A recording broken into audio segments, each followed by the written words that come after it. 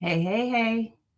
It's Filter Free Friday, y'all. Listen, I am so glad y'all are here.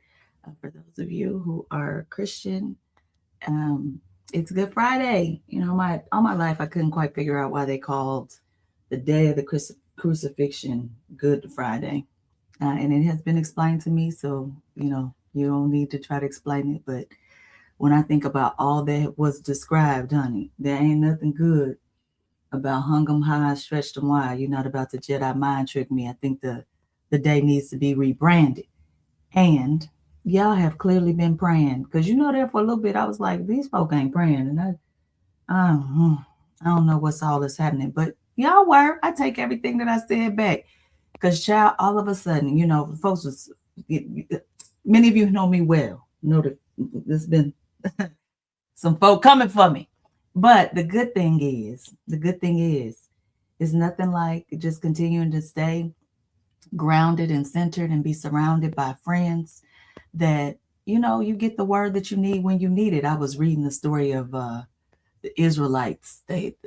Pharaoh was behind them trying to kill them, and the Red Sea was in front of them and seemed insurmountable.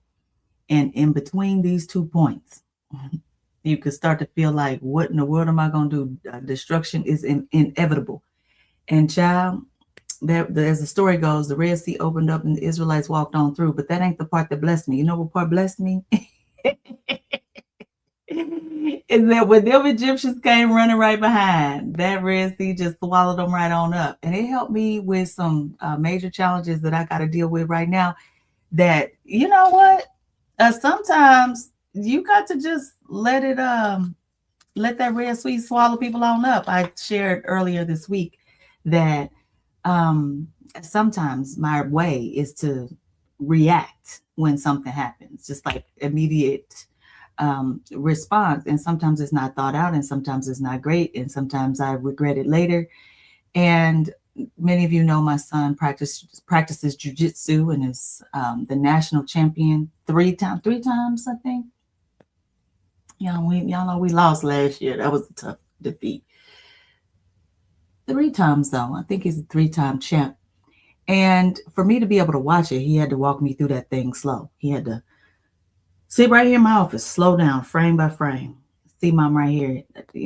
I could see that he wasn't being hit like I thought. And then also he reminded me of the training that he gets around taking a hit to the stomach, because they throw that medicine ball on the stomach to just tighten you up and actually make you ready for those kind of hits. And when I think about fighting in that way, it is strategic. And the thing about what he has to do when he gets in that ring is still a fight. Right? I think sometimes I don't want it to be a fight. I don't want to fight. I just want I just want everything to be smooth and clean.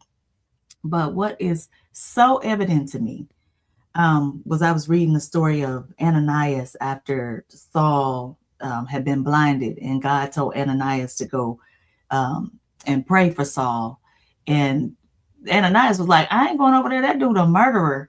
But what Ananias didn't know was that God was changing the heart of Saul. And he just needed to be faithful and do what was told to him.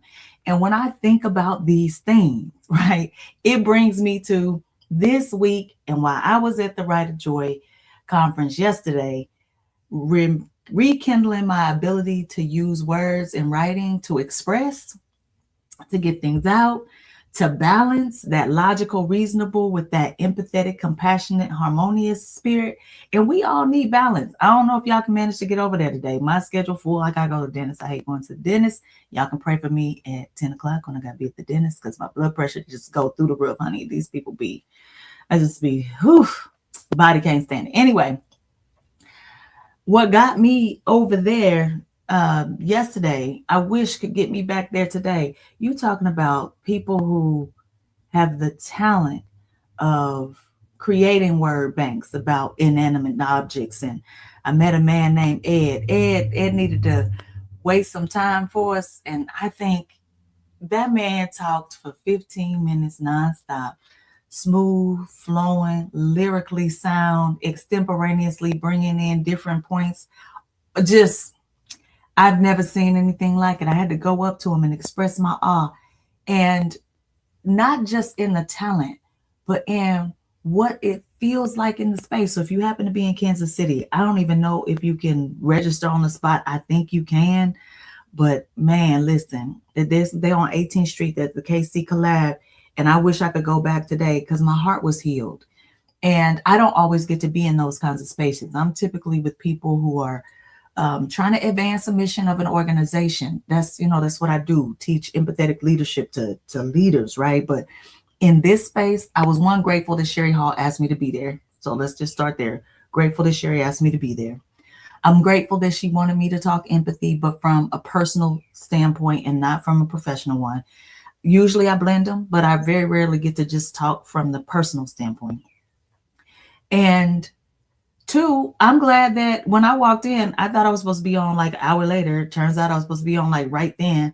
I didn't even have time to put my heels on, honey. I just went up on stage. I had on my little prison slides. They're not really prison slides. They just look like prison slides. And just delivered with my shoes off. And everybody there just thought that was the most natural thing ever. Even that just healed my spirit.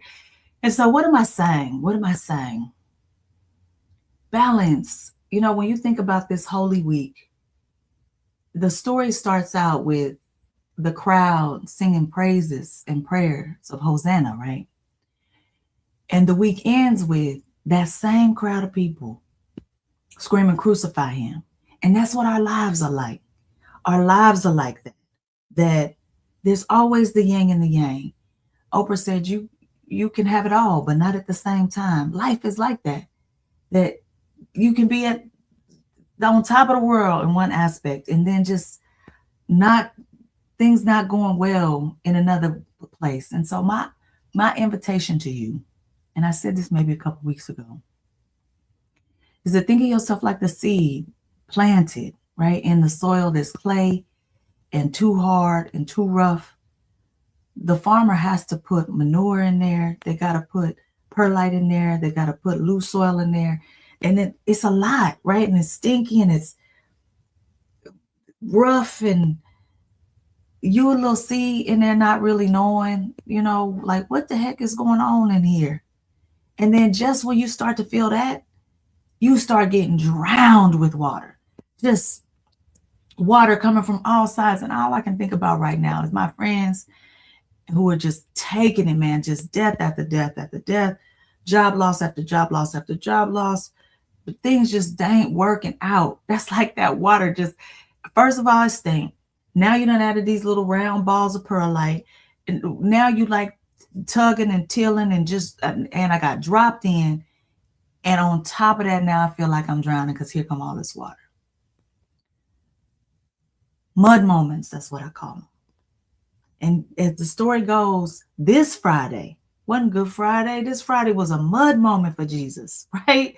Like the way the story goes, even Jesus was sweating drops that like blood, like that's stress, that's worry, that's anxiety. And because Jesus felt that, and you might not be Christian, but I am, so hopefully you can find yourself in this story. Jesus understands what we feel when we in our mud moments. But when you in your mud moments, what you need to know, almost every Black church in America this Sunday, this the one, okay? This Easter Sunday, this the one. Because if you want to get the people up off their feet, if you want to get the people excited and fired up, you teach the story about how on Friday, right? Y'all can clap, laugh, whatever. On Friday, it's dark. It's stinky. It ain't going how we think it's going to go. It ain't going like that, right? But by Sunday morning, child. So what's the story for all of us? When we're in our mud moments, you got to grow towards the light, baby. You got to grow towards the light. I think from a institutional standpoint, I think from a structural standpoint, I think personally what we are dealing with is that if your hope can be crushed, if your belief that there is light to grow towards, listen, the worms are going to be tugging at you. The bugs going to be eating you up. Just if you can grow towards the light, If you can remember when Sunday comes, right? That's what was my favorite gospel singer ever, Daryl Coley. When Sunday comes, honey, the glow up is gonna be unmatched. Glow up gonna be unmatched. And so I ain't asking you. I was at the prison doing ministry on Wednesday, and I was reminded of the Optimist Creed. I gotta I'm gonna hold that in my heart. I haven't been working on that as much as I should, but if you don't get it, I want you to take a chance to look at the Optimist Creed when you can, because when you're in these dark places, I'm not trying to get you to practice just positive psychology where you're trying to convince yourself it's good and it ain't good. That ain't it. I want you to really feel what you feel. But I want you to also know that as you grow towards the light, baby, your pop out season is coming. You're gonna pop out. You're gonna pop out. And this is the message that my chief advisor has given to me. Hey, Paige, this is the advice that my chief advisor has given to me when I was sitting outside of court last Monday. Tears on the brinks of these eyes, like, why is this happening? Lord, this ain't fair. Remember these descriptive seasons, baby, because that pop out gonna be glorious. And I might not be the one to eat from the fruit, because I might not even be here to see it. And my hope is that my legacy, my kid, good morning, my hope is that my legacy will grow on and on and on, and that people will be eating off the fruits of my labor, sitting under the shade of my tree for years and years and years to come. I love you all so much. Like, I really do. I can't even express in words. I'm gonna figure it out, and I'll write some at some point this weekend. Because there was this brother, um, Wayne Henry, who was teaching folks how to write poetry. There was an open mic set. I don't even know what's on the agenda today, but my spirit was lifted. And honestly, if I can figure out how to squeeze by there today, I'm gonna squeeze by there. I'm grateful for everybody who bought a copy of Spark the Heart, and understand that the empathy revolution is going to be televised. Actually, everybody gonna see it. Everybody gonna see it. How do I know that? Because God told me. It's Filter Free Friday, y'all. We got work to do.